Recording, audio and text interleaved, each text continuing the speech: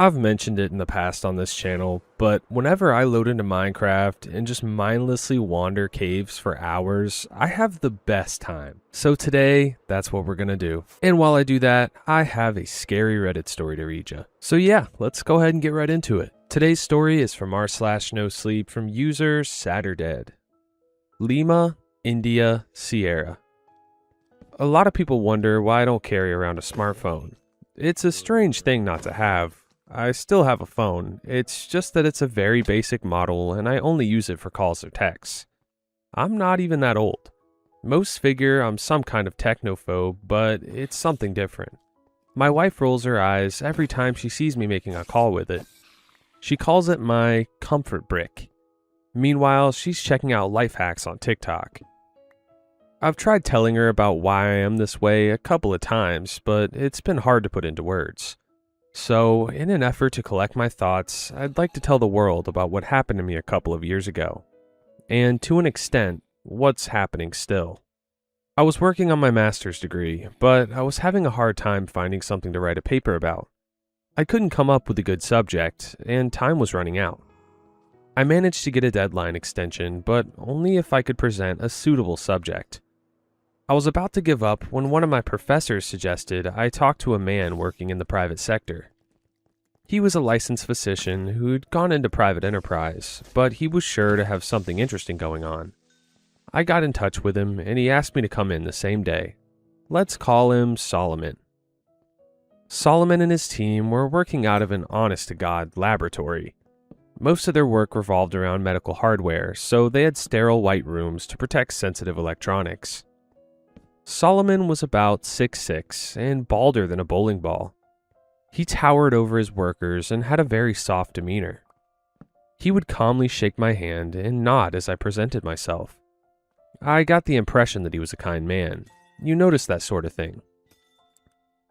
As I explained my situation, he made a suggestion. I'm working on a project called LIS. I can't share all the production details, but we collect a lot of data related to sleep. I could share that data for your paper. That was amazing news. I could easily do a study with that kind of data to back me up. I was scheduled to help Solomon and his team to collect test subjects for his LIS project. It was simple enough. People were supposed to take a supplement before they went to sleep and use a headband to record their experience. Didn't matter if they slept long, short, or barely anything at all. Data was data. This was bulk collection. They had already gone through about 20 iterations of the project, so this would be the 21st generation.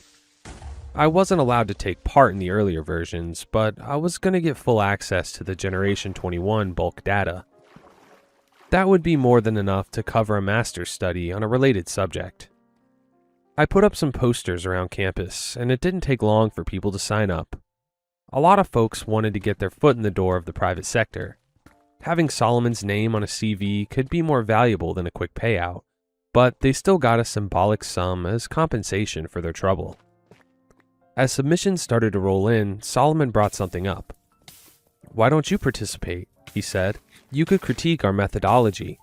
We could separate your data if you think it would invalidate overall results, but I think it'd grant some valuable insight." "You sure that'd be appropriate?" "Of course," he smiled. "You're already part of this. Might as well get your hands dirty." I had a hard time saying no. I wanted to, but I couldn't. So yeah, I signed up too.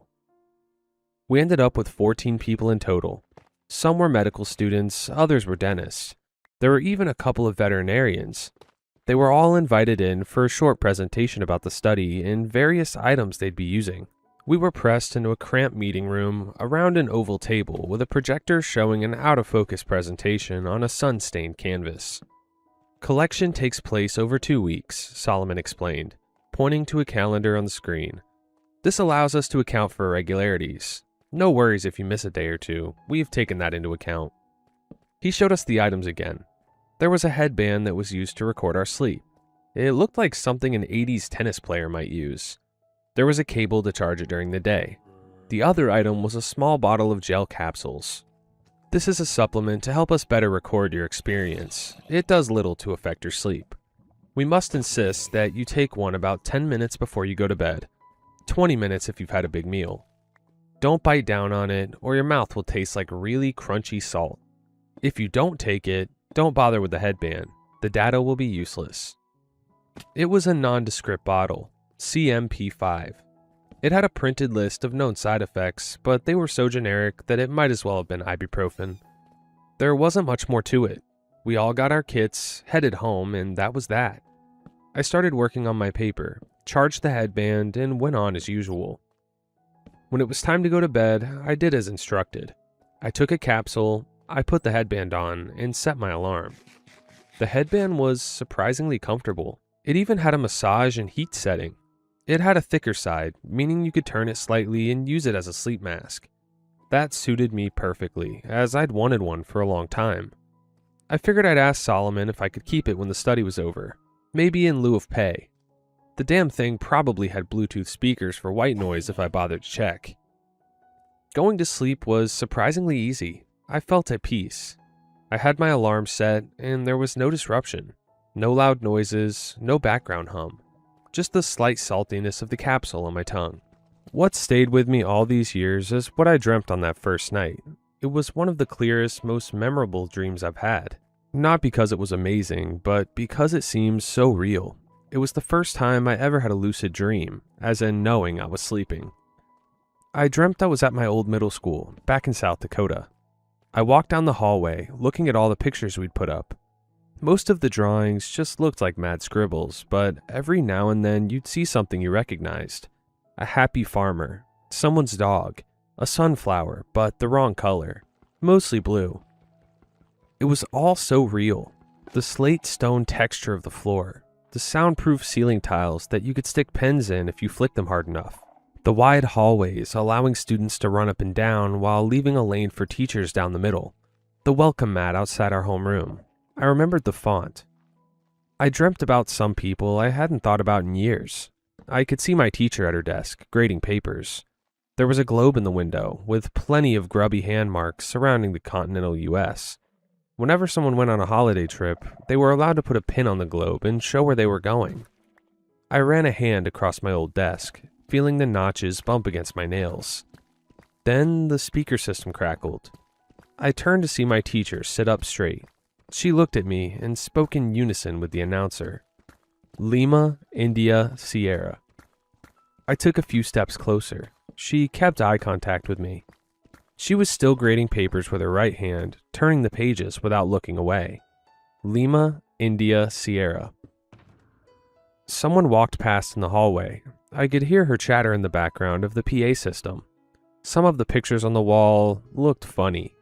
One of the drawings had the number 21 on it. Lima, India, Sierra. She turned her attention back to the papers, and I could feel my blood run cold. Something was wrong. Something has irreversibly changed. I turn around and I see something. Someone. And in a heartbeat, I woke up screaming. I threw the headband across the room, jumped out of bed, and I was wide awake. I'd only slept for 3 hours, but my heart was pounding out of my chest. I sprinted into the bathroom, washing my face with cold water.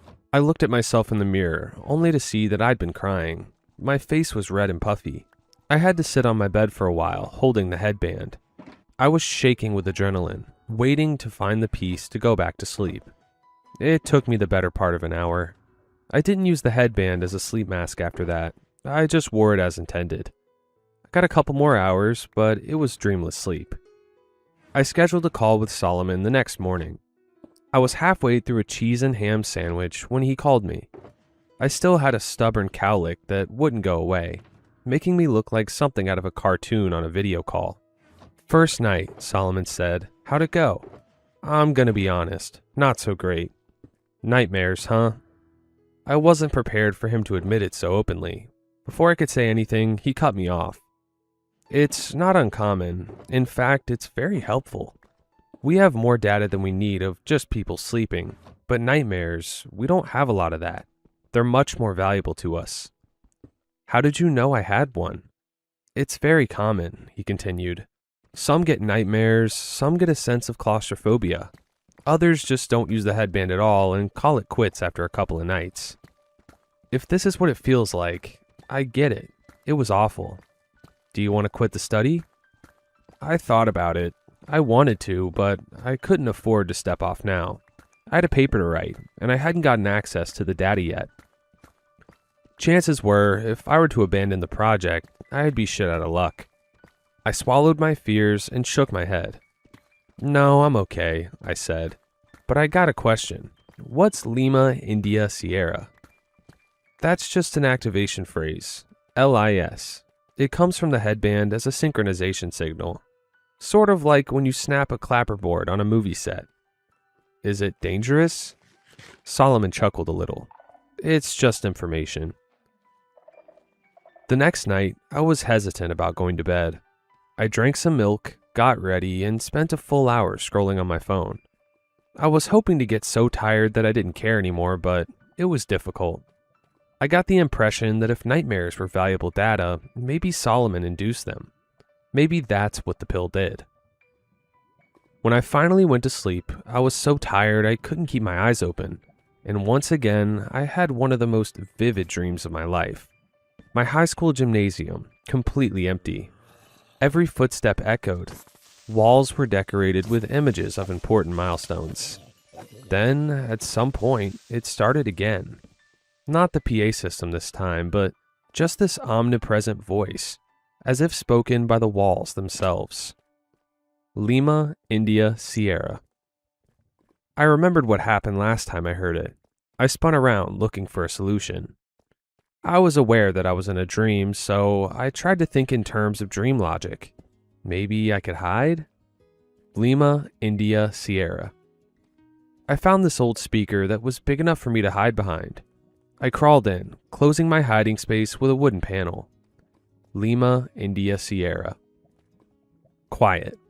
The tension lifts, and I can feel myself getting lighter. Something gently tugs at my wooden panel.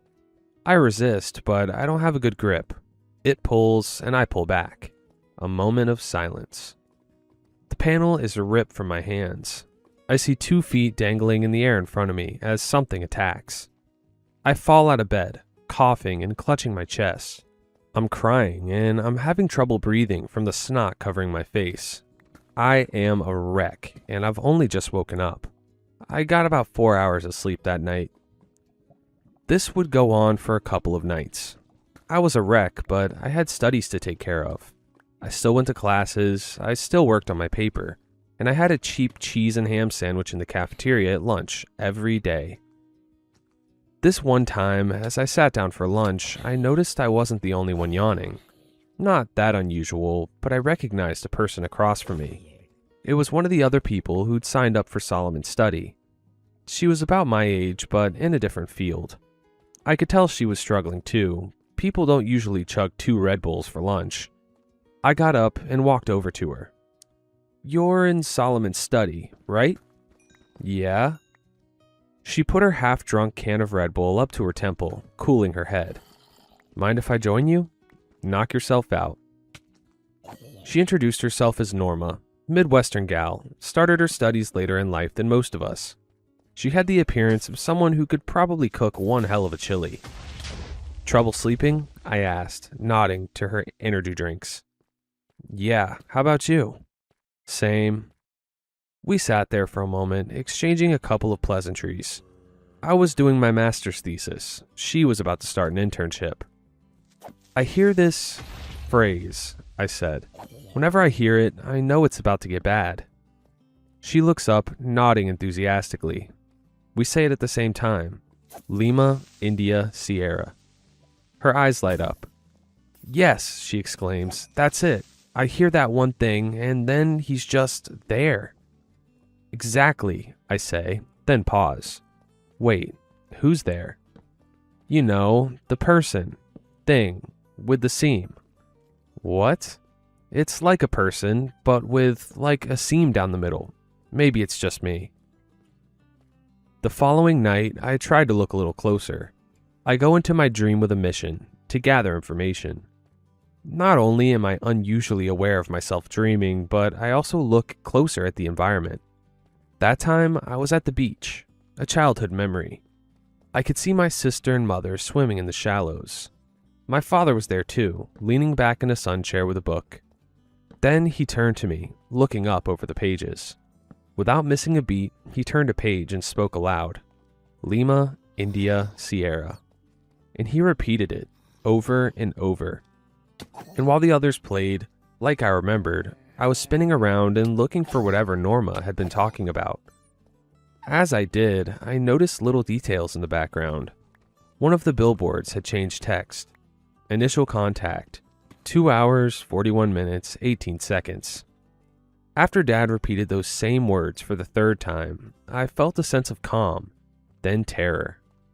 I spun around looking every which way, only for something to change. I got a glimpse of someone pale, floating in midair. Someone humanoid, but the head looked a bit too bulbous. It didn't move its arms, just its vibrating chest. Then I was awake. I didn't notice the transition until I gasped for air. I started having lunch with Norma regularly. We would share our experiences and discuss what we'd seen. For example, I shared the strange billboard text. She, on the other hand, had seen something similar. I dreamt about my high school graduation, she said, but my diploma looked like an email. An email? What did it say? I couldn't read it all before it got to me, but there was an address. She handed me a slip of paper. I almost choked on my sandwich. It was Solomon's private email, the one I'd been handed by a professor when I first reached out to him. He didn't give this out to just anyone. I double-checked my phone and showed her it was the same. "That don't make sense," she mumbled. "How can anything from a dream be real?" There were more dreams, and every time I would get little glimpses. I would be someplace familiar, and at some point, I would hear those damn words. It could be a bird chirping in the window, a TV running in the background, a ringtone, an alarm clock, a passing car. There was always something. Lima, India, Sierra. Then something would happen. Something would attack. I usually saw it just before I woke up. For example, its fingers were tightly webbed. They couldn't flex. Also, it wasn't just pale. It was a light touch of green, like dry grass. And in every way I saw it, its feet never touched the ground. I would wake up screaming, crying, or falling out of bed. One time, I was already standing up before I knew I was awake. I would feel so bad about going to bed that I'd end up staying up way too late, just making things worse. I tried to tell myself that this whole thing was on a timer and that by the end I'd have secured a future, but it was hard to keep appearances up. My lunches with Norma later extended to others in the same study. I guess Solomon hadn't counted on us all going to the same cafeteria. There was Elmer, Candace, Joseph, Pat, and Misha. Everyone had a similar experience. Elmer swore that the thing didn't have a face. Candace said it looked like it hung in the air, like a propped-up scarecrow. Joseph said it was bald, like Solomon. Pat said it never moved. It just appeared in midair. Misha, on the other hand, barely said anything at all. He just hated thinking about the damn thing. Norma was adamant about what she'd seen. The thing had a seam down the middle, but you could only see it when it got really close, kinda like the spine of a leaf. And we all knew that just before waking up, it did something. Something sudden and dangerous, but we never remembered what. I think it was Candace who came up with the name Floating Man.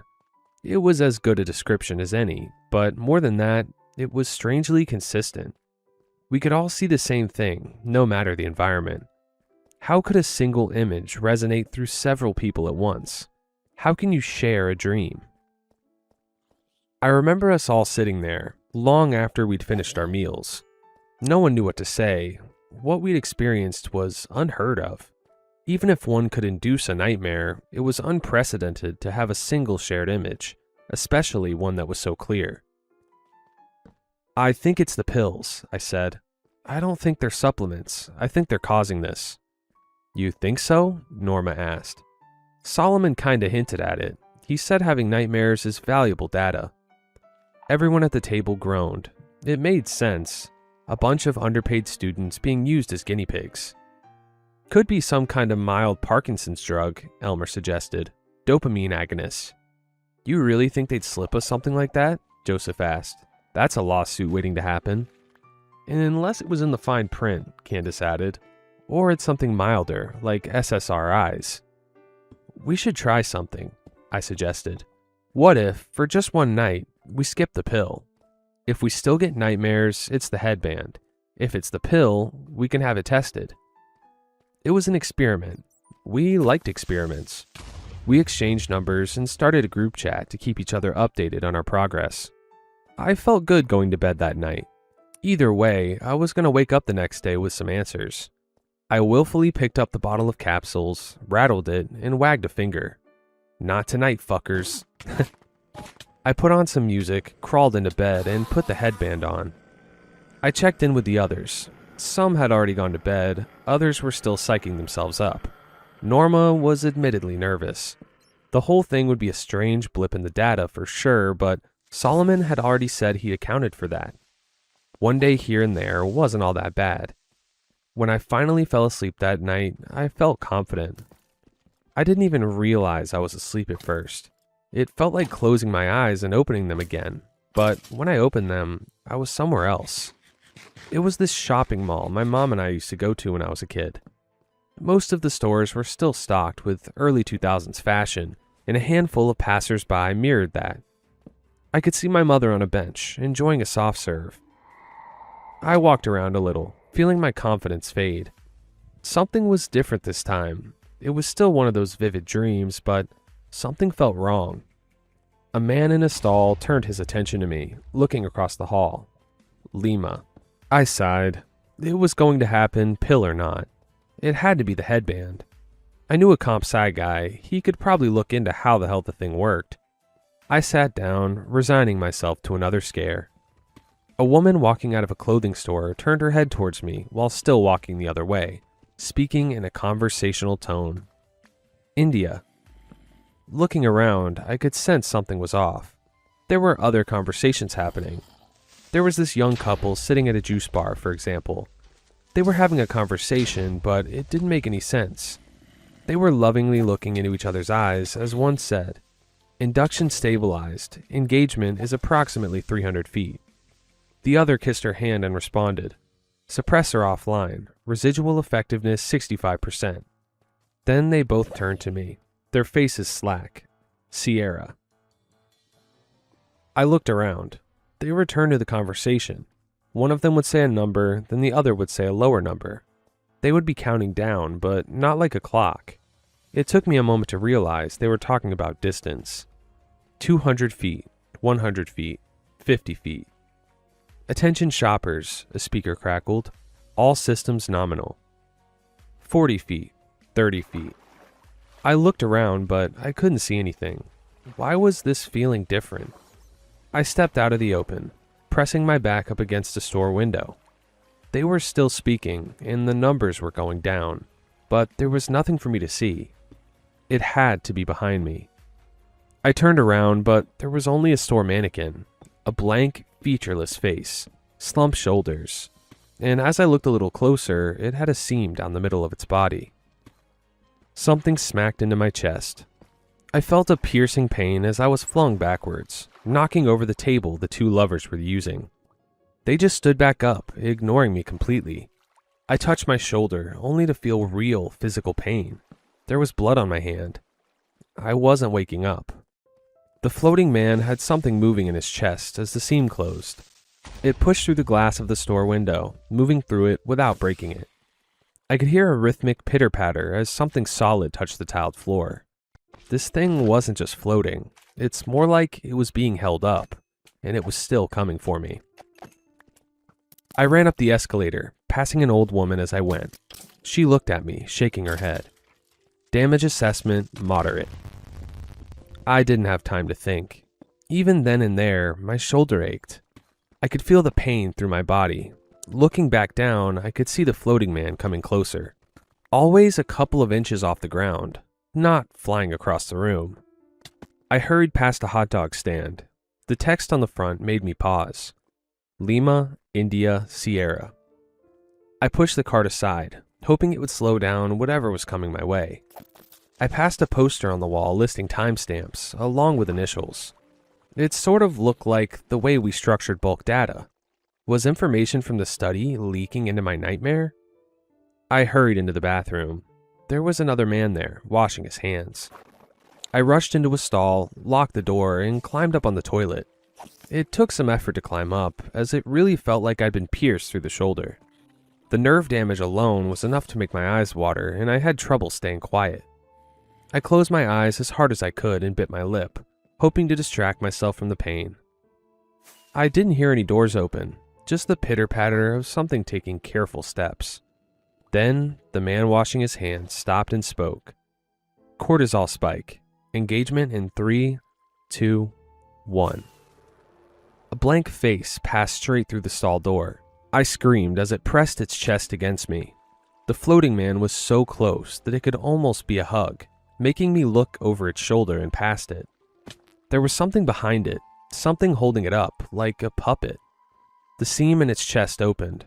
I tried pushing it back, only to have my hand pierced by a bone-like protrusion. It went straight through the back of my hand, right below my left ring finger. It retracted and prodded again, lopping off the top of my middle finger entirely.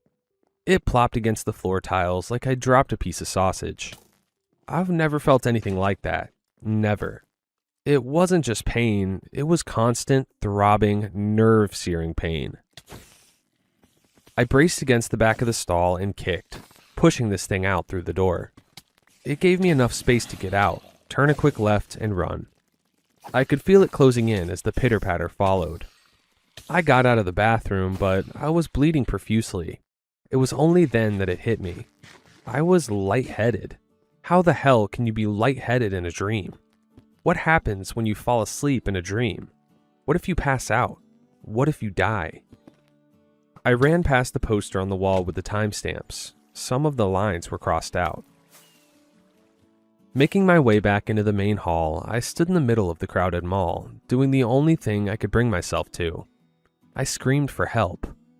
I'm standing there bleeding from my shoulder and hand, screaming for help, and all I see are these neutral faces turning my way.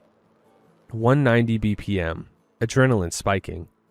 I kept screaming, but no one did anything.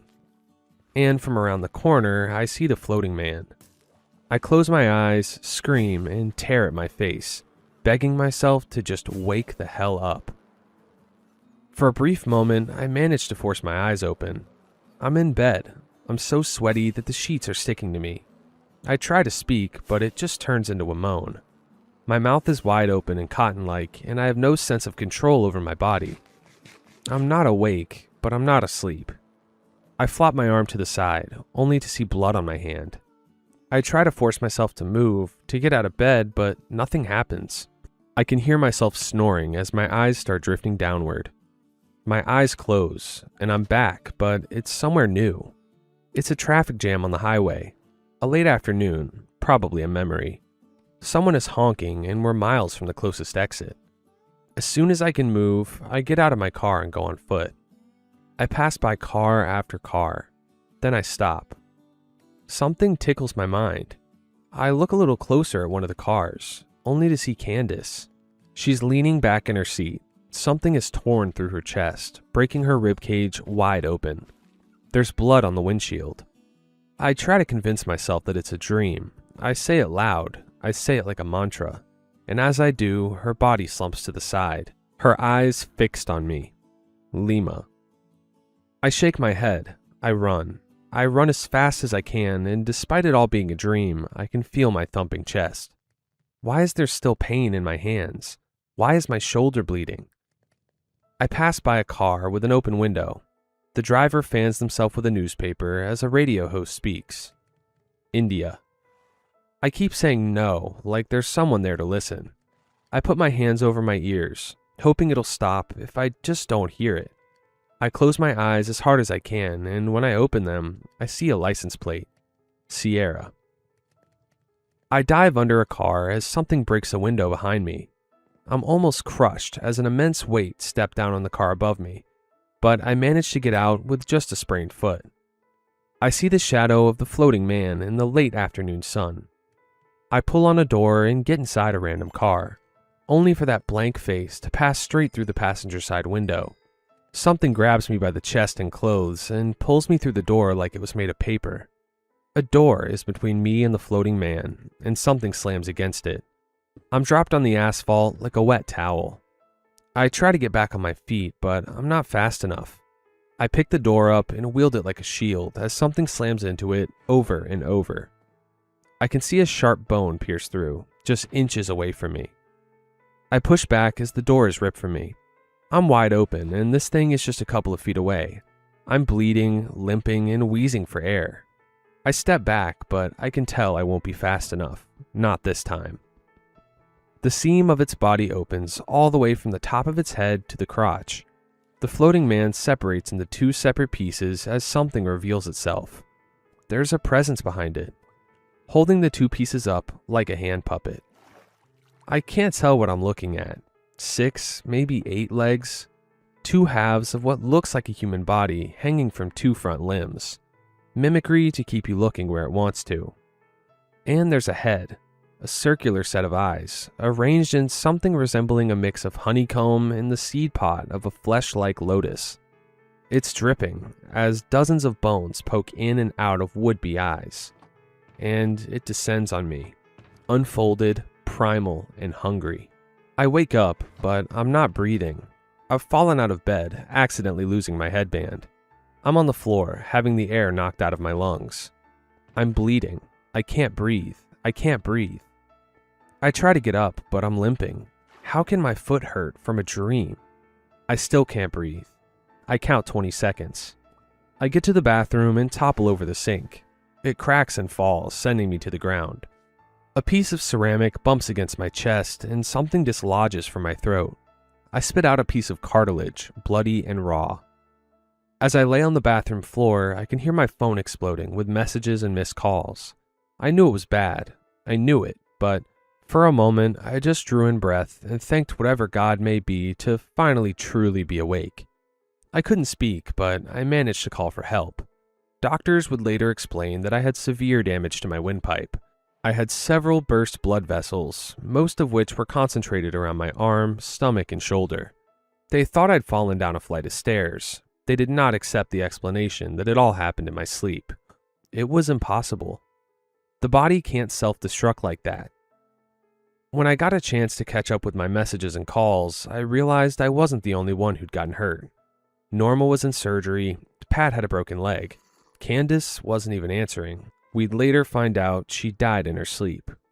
They couldn't find any connection. The pills we took were just a mineral supplement.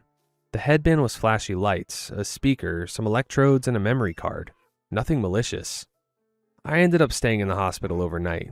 Before I left the next day, I had a surprising visitor. No one came to announce him, and no one prepared me.